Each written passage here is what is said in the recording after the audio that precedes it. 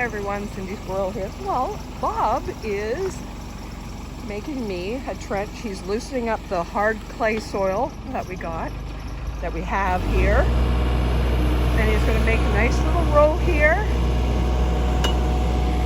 I come out and I said, this isn't long enough. I've got lots of elderberry cuttings plus the plant. So he's just loosening up the soil for me. Because, yeah. And then I can put some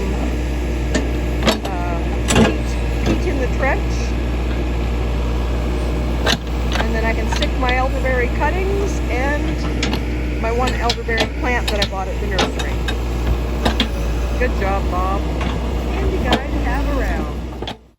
I almost forgot to videotape this trench that Bob had dug me 12 days ago with the backhoe.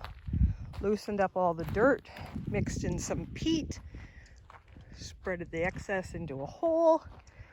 So I have planted 3 of Marty's elderberry cuttings,